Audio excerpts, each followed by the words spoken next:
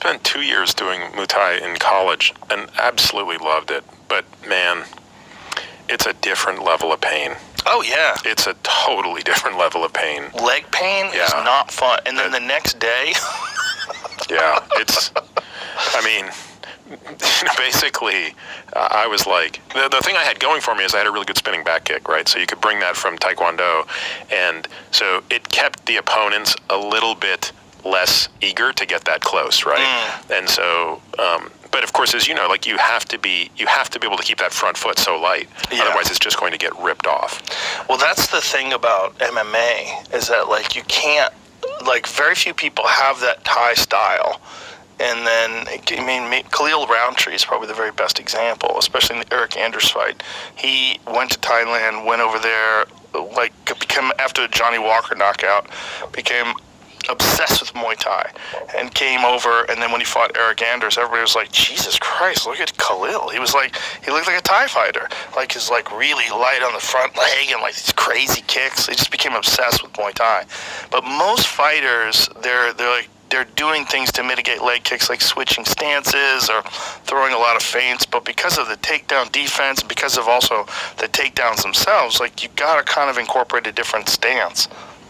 Yeah, well, because it's a very exposed stance, right? Yeah. If a guy is not going to fight that style, right? Because you have to be kind of front-facing to be able to stay light on wrestling. Yeah, especially wrestlers. I mean, if a guy fights with a Thai style, with a very light front leg with a wrestler, he's just going to fucking power double him into the corner, and that's a wrap.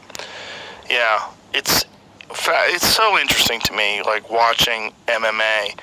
Like how people are trying to incorporate all these different techniques, and there's all these adjustments that have to be made while new techniques come into play, like the calf kick.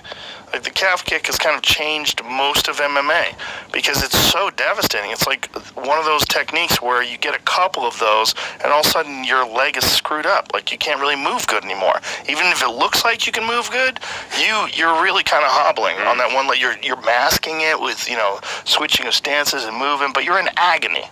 You're in agony. Your left leg is just completely fucked. Man, I feel so fortunate that I somehow escaped 10 years of getting hit without more damage. Yeah, I think that too. I mean, I don't know how much damage I actually have, though. Sometimes I wonder about, like, how many concussions do you ever get, do you know? Oh, I've had a lot. I have no idea. I got one skiing a couple years ago. My last time skiing. I'm like, I'm done. I fucked my knee up, and I fucking banged my head hard.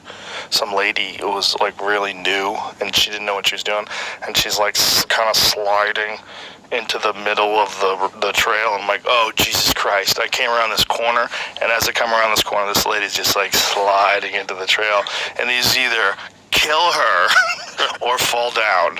And so I went to try to get around her. I knew I was going to fall anyway. I couldn't. There's no way. I just couldn't adjust quick enough. And skis went out from under me. Banged my head, back of my head off the ground. And the whole rest of the day I was just like confused and like my coordination was off. Everything was screwy.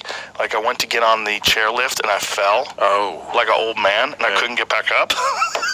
The lady had to help me up. And I was like, what is wrong with me? And I wrote, hey, stupid, you have a concussion. And I was like, oh, okay. I had a really bad one in 93, and it was so bad that you could see the cerebral contusions on my head in a CT. I had a CT scan. Ooh. And I was, for 2 to 3 months, I had a headache. It wouldn't go away for 2 to 3 months. How did you get it? Sparring. Oof. Yeah, I used to do this dumb thing where I was a middleweight, so I would spar 2 rounds with a welterweight, 2 rounds with a middleweight, 2 rounds with a light heavyweight. Oh my God. So I wanted to the opponent would be fresh for 2 rounds, so I was getting more and more tired as the opponent is getting stronger but slower. Were you competing? No, I had stopped competing by this point, so there was literally no reason for me to be doing this. This was so dumb. I was in college at this point, right? Oh, so God. I'm a college student who would still train really, really hard, and on the 5th round, so the first round with that guy who's a light heavyweight, I just remember his name was Mike, and this was even by the standards of a light heavyweight, he hit like a mule. He just was, he's such a hard shot, and on that particular day, I was just not feeling good. But I just didn't listen to myself, right? I was like, you're going to finish these 6 rounds no matter what, even though I felt horrible. And he got me with straight right after straight right after straight right.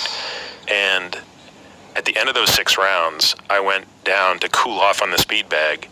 And just, for people watching who don't know what that's like as hitting a speed bag, you shouldn't feel anything. Like, there's no weight to the dumb thing, right? But just the impact of the side of my hand on the speed bag made it feel like I was getting kicked in the head. Oh, my God. And, I went home that day, passed out, had no recollection of anything, got up the next day to run, couldn't run.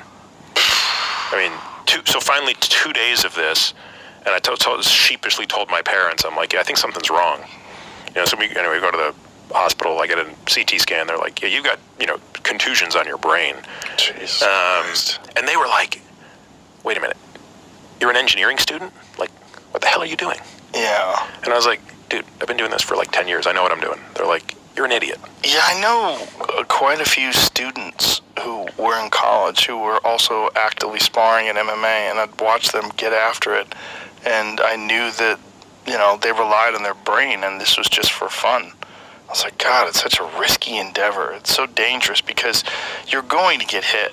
It's not like anything, like even in skiing, like falling down and hitting your head like that is kind of rare. Like, it only happened to me once or all the years that I was skiing. But getting hit in the head happens every time you spar. Unless you're like so exceptional and Willie Pep, you're fucking Pernell Whitaker out there